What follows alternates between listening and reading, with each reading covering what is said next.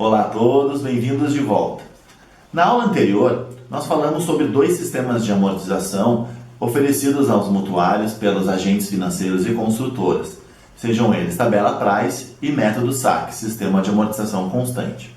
Mas quando o mutuário não se sente satisfeito e busca no judiciário alguma alteração deste sistema de amortização, tem sido aceito os método de equivalência em juros simples e o método Gauss, em substituição àqueles pactuados no início do contrato. Quando o profissional da contabilidade está atuando como perito do juízo, ele irá se deparar com uma sentença. Essa sentença trará alterações ao contrato previamente pactuado. Poderá solicitar a alteração dos juros, poderá solicitar a alteração do índice de correção, assim como o sistema de amortização que está vigente neste contrato. Assim, você, perito, terá que trazer aos autos a nova realidade deste contrato, comparando com o anterior, pois o anterior já tinha o seu andamento, seja ele pela Price ou seja ele pelo SAC, ele tinha lá determinado número de prestações pagas e determinado número de prestações impagas. Assim, o novo método a ser utilizado, seja ele método de equivalência em juros simples ou o método Gauss, irá trazer diferenças que serão posteriormente evoluídas no tempo, com os seus encargos assim determinados, para assim chegarmos a uma nova realidade deste contrato. E assim fazer a adequação do que está na sentença para o laudo. E quando nós atuamos como assistente das partes, nós podemos nos deparar com o mutuário, auxiliando o mutuário ou auxiliando o agente financeiro. O agente financeiro, normalmente ele tem um maior volume de trabalho porque ele tem toda uma carteira de clientes e essas ações elas vêm em massa para nós ao atuarmos do lado do, auxiliando o agente financeiro ou a construtora. Assim, quando nós estamos auxiliando o mutuário, nós iremos nos deparar com questões mais pontuais, que podem ser ligadas à própria condição financeira deste mutuário, pedindo a substituição de determinado índice, e quando da substituição do método por ele sugerido, nós iremos que também estarmos seguros nas nossas apresentações, tudo isso conforme as normas brasileiras de contabilidade e o Código de Processo Civil. Ainda lembrando que algumas decisões podem não sugerir o sistema de amortização a ser utilizado. Assim, nós profissionais que estaremos atuando em determinado processo, temos que fazer um pequeno estudo de qual é o método que vai se encaixar melhor naquele contrato e assim poder auxiliar o juiz a tomar a melhor decisão, através dos nossos cálculos. No âmbito da perícia contábil e na esfera do sistema financeiro da habitação, as ações elas giram em torno de diversos temas. Quando os contratos são anteriores à Lei 9.514 de 97, normalmente as decisões têm os seguintes critérios. A revisão do PES. O plano de equivalência salarial ele era oferecido antigamente aos mutuários para que a sua prestação fosse evoluída conforme os índices da sua categoria profissional. Porém, ao longo dos anos, essa categoria não sofreu nenhum reajuste, por exemplo. E o índice de reajuste do saldo devedor, ele foi continuando, evoluindo e crescendo. Assim, este plano de equivalência salarial, estando sempre zerado ou nulo, não tendo reajustes, ele acaba ocasionando um descompasso no contrato. E assim, que os pedidos giram em torno da substituição do PES para o mesmo índice do saldo devedor. Um outro exemplo também que nós podemos citar é o afastamento do CES, que é antigamente também oferecido, sendo ele o coeficiente de equiparação salarial. Ele era um índice, às vezes era 1,15, às vezes era 1,25, 1,20. Era um índice que ele é diretamente multiplicado, ele serve como multiplicador da primeira prestação, para fazer com que haja uma compensação na primeira prestação já. Porém, essa compensação às vezes também não era suficiente e as ações pedem a sua retirada. a alteração do método de amortização, que são as aulas que nós estamos aqui hoje analisando, a capitalização de juros, a alteração dos juros contratados ou a revisão dos índices de reajuste da prestação, assim como a contratação do prêmio de seguro, que são itens assim questionados e também analisados nas decisões, né? Assim, os assuntos pertinentes à perícia contábil posteriores à Lei 9.514 de 97 giram em torno da alteração do método de amortização, que é o que nós estamos trabalhando hoje. Também pedem alguma coisa de capitalização de juros, alteração dos juros contratados, porque quando da contratação daquele empréstimo, existiam juros pactuados no nosso mercado e a nossa realidade hoje é outra. Assim, eles querem no judiciário, eles buscam no judiciário alguma decisão que adapte o seu contrato à nova realidade de juros do mercado. Alteração dos juros de reajuste alteração do índice de reajuste da prestação, a contratação do prêmio de seguros e o afastamento da taxa de administração. Hoje o mutuário, quando chega a um agente financeiro, ele não consegue a isenção dessa taxa e ela acaba sendo somada à prestação e posteriormente, quando há o ingresso numa ação, eles pedem que essa taxa seja excluída. Assim, nós iremos fazer, nós estando atuando como perito do juízo ou assistente, iremos fazer a exclusão dessa taxa e trazer as diferenças das parcelas pagas pelas parcelas recalculadas e fazer a correta atualização para os dias atuais. Bom, assim, quando nós temos um pedido, seja ele judicial, através de uma decisão, ou seja um mero pedido de um advogado ou de um cliente para a substituição de um sistema de amortização, nós devemos estar atento que os demais itens presentes no contrato, eles estarão vigentes ainda. Eles estarão, por exemplo, a decisão ou o pedido ele foi feito apenas para que seja feito o sistema de amortização, porém o prazo se mantém, a taxa de juros será a mesma, né? E também os critérios de inadimplência. Assim, é muito importante quando nós peritos estamos atacando essas decisões ou essa substituição de sistema, nós temos que ter presentes conosco o contrato original fixado entre as partes. Pois assim, nós iremos fazer com que os encargos de inadimplência e demais situações que possam gerar alguma dúvida ou que precisam estar sempre geradas, que gerem o cálculo atual, estejam lá pleiteadas. Assim, nós iremos colocar os juros de mora, nós iremos colocar os juros contratuais, nós iremos colocar a multa, sempre quando estiverem expressas no contrato original. Assim, nosso trabalho, quando atuando como perito contábil, ele está diretamente ligado a este material. E, quando nós formos fazer a troca de um sistema, nós temos que fazer a clara comparação entre os dois. O mutuário, ele tinha um contrato fixado pelo método oferecido pelo banco, inicialmente citado ou tabela price ou sistema de amortização constante o saque, mas agora ele tem que alterar apenas o método. Caso haja uma decisão que peça que além do método seja utilizado um novo juros, né, nós iremos acatar essa decisão, com certeza. Né? Porém, quando ela fala apenas da alteração do método, lembre-se, os demais itens do contrato deverão ser respeitados, inclusive por nós que estamos fazendo a adaptação deles, trazendo as inadimplências. Com a nossa vasta experiência no escritório, ou seja, de forma autônoma também, atuando nesses tipos de processo, nós percebemos que os tribunais têm uma tendência a decidir determinado sistema de amortização. Podemos citar São Paulo, onde é bem visto a utilização do método Gauss. Podemos citar o Paraná, onde teve a origem do sistema de equivalência em juros simples, através de Jackson Sandrini, como um dos métodos aceitos nesta região. E vale lembrar para todos que, para aprimorar esse sistema de amortização, é interessante nós fazermos consultas, nós fazemos pesquisas na internet, onde a gente consiga ter acesso à origem desses sistemas, de como eles preveem a capitalização ou não de juros, porque eles são sistemas que estão sendo determinados na justiça.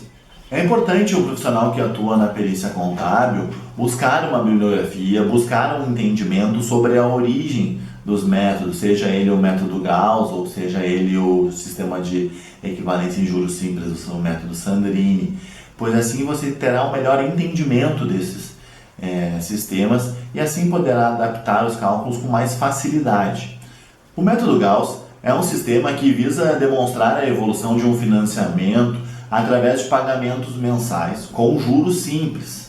Para facilitar o entendimento de todos, preparei para vocês um material que tem as mesmas características citadas no exemplo nas aulas anteriores do saque e price. Assim sendo, vamos considerar o seguinte cenário: o financiamento de R$150 mil a uma taxa de 9,9% ao ano em 120 meses. A partir das características apresentadas, iremos calcular a prestação inicial pelo método Gauss. Considerando o capital, o prazo e a taxa de juros, é importante lembrarmos que essa taxa ela deve ser apresentada de forma mensal. Assim, iremos dividir os 9,9 por 12, encontrando 0,8250. No custo de financiamento, iremos utilizar o capital multiplicando-se o valor da taxa mensal vezes o prazo e somando-se novamente o capital. Assim, iremos encontrar como custo do financiamento o valor de R$ 298.500. Para calcularmos o ponto médio, iremos utilizar a taxa de juros de forma mensal e o prazo. A partir desta fórmula, iremos encontrar o ponto médio, que totaliza 1,4909. E assim, iremos utilizar o valor encontrado no custo do financiamento, dividindo-se o ponto médio pelo prazo. Assim, iremos encontrar a prestação inicial linear pelo método Gauss, que totaliza 1.668,48. A evolução do financiamento pelo método Gauss, ela vai trazer as seguintes características. As prestações, elas irão evoluir de forma mensal e constantes. Os juros, eles serão decrescentes. A amortização será crescente. Ao totalizarmos a coluna amortização, é possível perceber que os valores batem com o valor financiado, os mesmos R$150 mil.